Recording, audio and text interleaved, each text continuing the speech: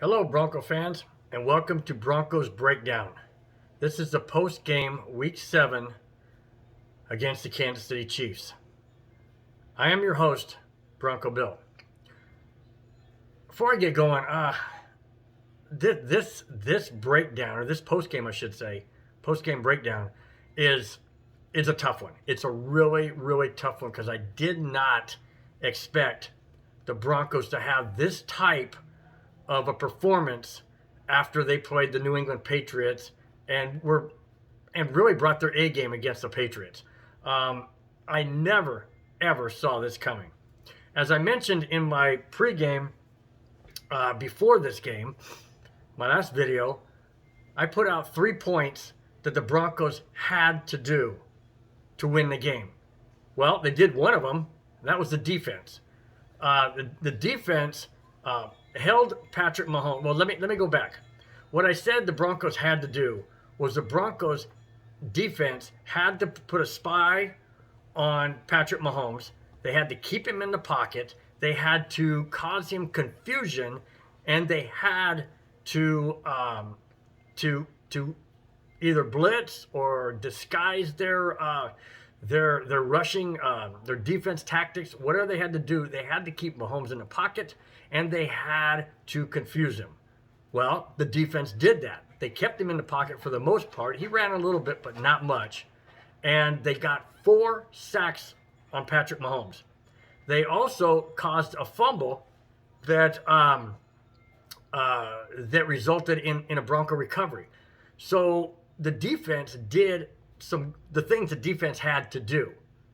The problem was special teams and the offense was absolutely pathetic. And that's putting it lightly. I mean, they stunk up the joint. Now, I'm going to break it down for you, and I'm going to give you detail and facts and numbers. And then you respond with a comment at the end of the video, and you tell me if I'm right or wrong. But I'm going to give you the facts. I'm not making this stuff up. I can't make this stuff up. I mean, this is not even a professional type of a performance. I mean, I don't even know if it's high school performance. At a varsity level, I don't even know if the varsity team makes this type of blunders in a game. And so let me get started. Let me catch my breath because I'm pretty wound up about this game. Okay, let me bring you the negative first, because there is a lot of negative and not that much positive. So I need to focus on why the Broncos lost this game. And in case you were not aware of the actual results of this game, let me give you the final score. Kansas City 43, Broncos 16. And yeah, we got our butt whipped. But it wasn't because the defense necessarily had anything to do with it in the bigger picture. So let me give you the negative before I give the positive, which is mostly the defense. Okay, the Broncos' first 2 possessions to open up the game, they got the kickoff first. To open up the game, the first 2 possessions was 3 and out. They had a false start on the second play of the game. And that went for negative yards, of course. And then they were caught with 12 men in the huddle. What? How does that happen? That you come out the very first couple of possessions of the game and you have 2 3 and out and a false start and 12 men in the huddle. Wow. Then you've got Drew Lock. Oh my gosh, Drew Lock. I don't even know if this guy is the next Bronco franchise quarterback. We haven't had a franchise quarterback since John Elway. Although you could throw Peyton Manning in there. He was a franchise quarterback for 4 years he was here. That's for darn sure. And then we've gone through a handful of quarterbacks, and I'm not convinced on Drew Lock. I'm really not. I think Drew Lock, at best, is a average quarterback the way he's playing. He's been injured a couple of times, several times. He's been out of games. He was out last year. He was out this year. I don't think the guy's tough enough. But anyways, let me move on. Drew Lock throws 2 interceptions. Now remember, he threw 2 against the Patriots late in the game, and the Broncos defense, again, had to hold the Patriots and stop them on 4th down to win that game. Drew Lock throws 2 interceptions in this game. One for a pick 6 where he telegraphed it who he's going to throw to, Noah Fant. He didn't even take his eyes off of Fant. And he throws a pick 6. Then he throws another interception. Yes, it was tipped by KJ Hamler, but the throw was high, and it wasn't on target, and it was deflected, and that was intercepted.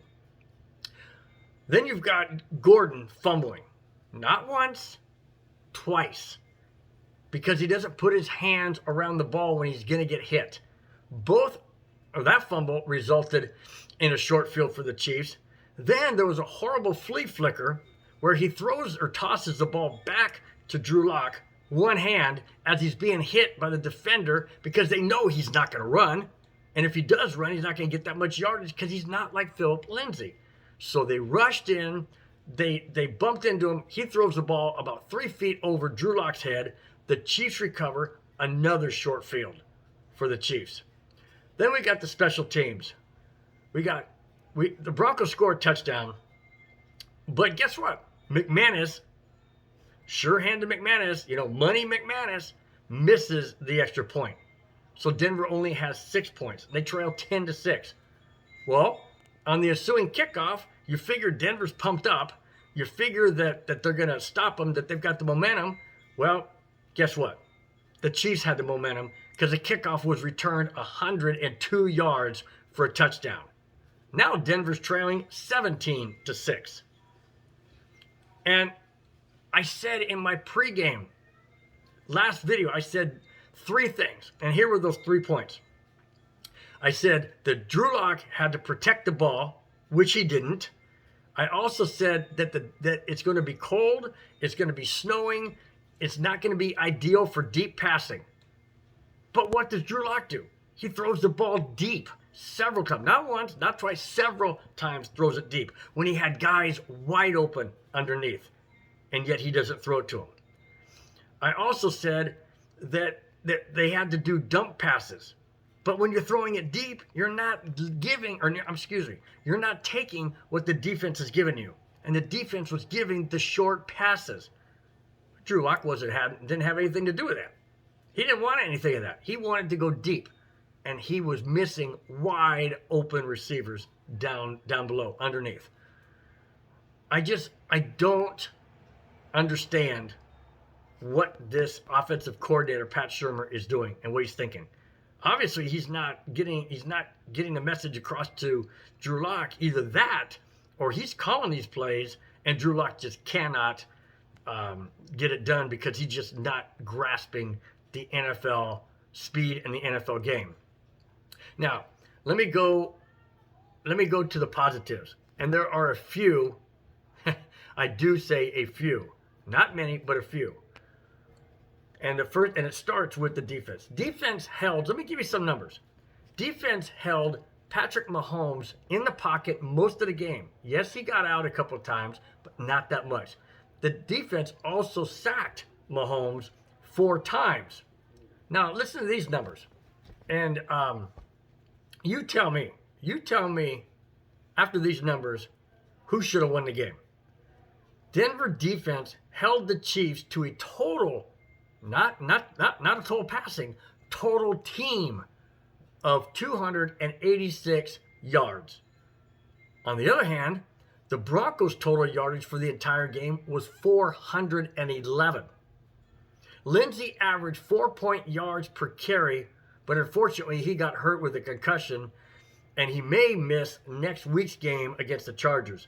That is going to be catastrophic if he misses, because then all we have to rely on is fumble-happy Gordon and Freeman, who can't run himself out of a paper bag. So here's some other numbers. With the Chiefs going 0 for 3 on 3rd down, and Denver having more total yards and more sacks for than the Chiefs had, one, any person in their right mind getting those statistics would obviously think that the Denver Broncos won. But they didn't. And here's the reason why they didn't. And I want you guys out there watching this, I want you to comment in the comment line in this video. You tell me what possibly could have been the outcome had the Broncos done the three things I said they had to do: protect the ball, don't go deep, and defense play tough. Defense play like the defense did, which they did. Let me give you some other numbers. On the 102-yard touchdown return, the pick six, that's 14 points right there that the offense gave the Chiefs. Just hand it to them on silver platter. Then you've got the two fumbles that the Chiefs turned into field goals. So you take the 6 points for the field goals, you take the 14 points for the touchdowns, that's 20 points. The final score was 43-16. Take away 20 from the Chiefs, and now it's 23-16. What did I say in my last video? I said if the Broncos can keep the game close late in the fourth quarter by a one-score difference, I truly felt the Broncos would win the game. You tell me, if it was 23-16 and Denver was that close late in the game, do you think I was wrong? Do you think I was wrong in saying what I said? You tell me. Numbers don't lie. Stats don't lie. Results don't lie. And a bad, bad football team with stupid, stupid mistakes don't lie when the final score is 43-16. That's it. That's my wrap for this one. Yeah, I'm frustrated. Yeah, I'm angry. Why? Because we deserve, as Bronco fans, better. We deserve a team that doesn't make high school JV mistakes. You tell me, am I right or am I wrong? That's it for Week 7 post-game. I'll have Week 8 against the Chargers pregame in a few days. Thanks for watching. We'll talk to you next time.